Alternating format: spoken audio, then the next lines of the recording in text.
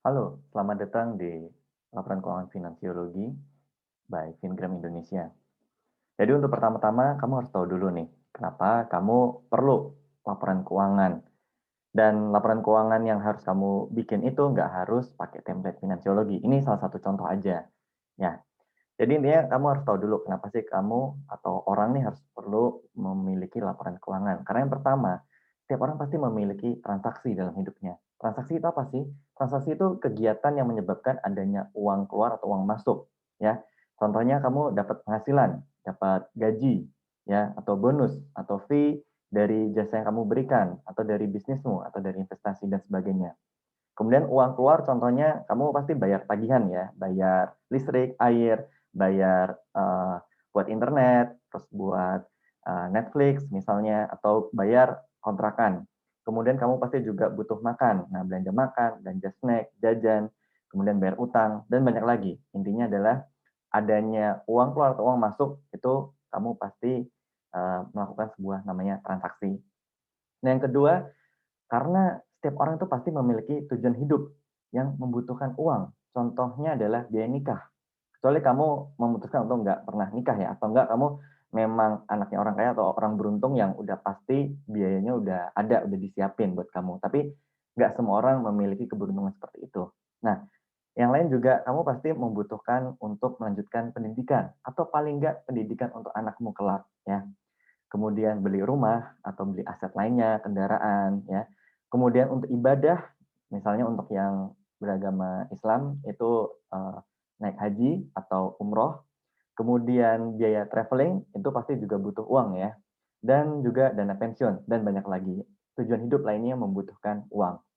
Dan yang ketiga adalah jadi, supaya kamu dapat mengevaluasi progres pencapaian tujuan hidupmu, ya. Tadi kamu udah punya tujuan hidup yang butuh duit berapa, kemudian berjalannya waktu, kamu butuh mengevaluasi diri nih, bisa nggak tercapai, tepat waktu, ya, tujuan hidupmu tadi. Nah, untuk bisa mengevaluasi itu, kamu membutuhkan namanya laporan keuangan. Jadi, ya, dari 3 alasan ini kamu harus mencatat laporan keuangan.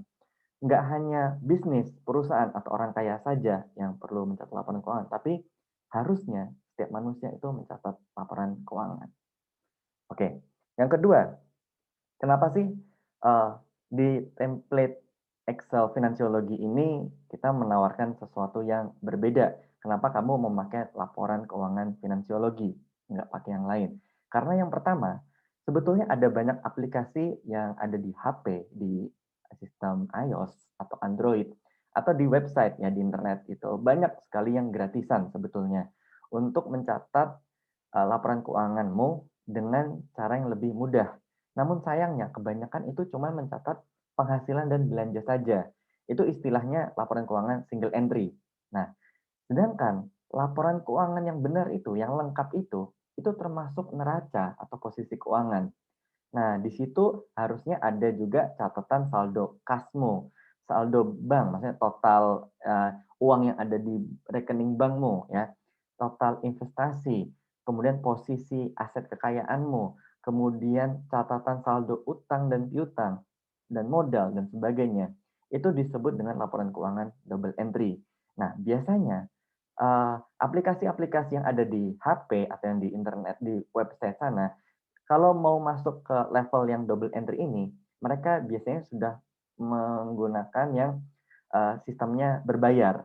Nah, rata-rata ya kalau kayak macam Jurnal ID atau aplikasi-aplikasi lainnya itu, yang mana sudah menggunakan sistem double entry, itu rata-rata bayarnya Rp500.000 per bulan. Jadi modelnya langganan ya.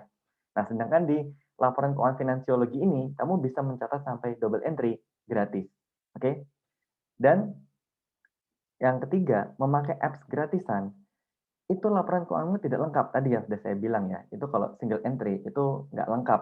Ibaratnya nih kamu nonton pertandingan bola, tapi nggak pernah tahu skor akhirnya. Jadi ibaratnya kamu lihat nih pertandingan bola 90 menit ya, udah gol berkali-kali, 2 tim ini saling, satunya menggolkan, terus dibalas lagi. Kelihatannya seru, tapi kamu nggak pernah tahu skornya, karena kamu nggak pernah punya laporan neraca, laporan double entry-nya. Nah, ibaratnya kayak gitu, hidupmu tuh nggak akan lengkap kalau kamu nggak punya laporan double entry. Ibaratnya balik lagi alasan pertama tadi, kamu punya tujuan hidup dan kamu butuh progres untuk dievaluasi. Nah, kamu butuh laporan keuangan double entry. Oke, sampai sini dulu bagian pertama video ini. Semoga nanti kita lanjut ke yang video berikutnya. Oke.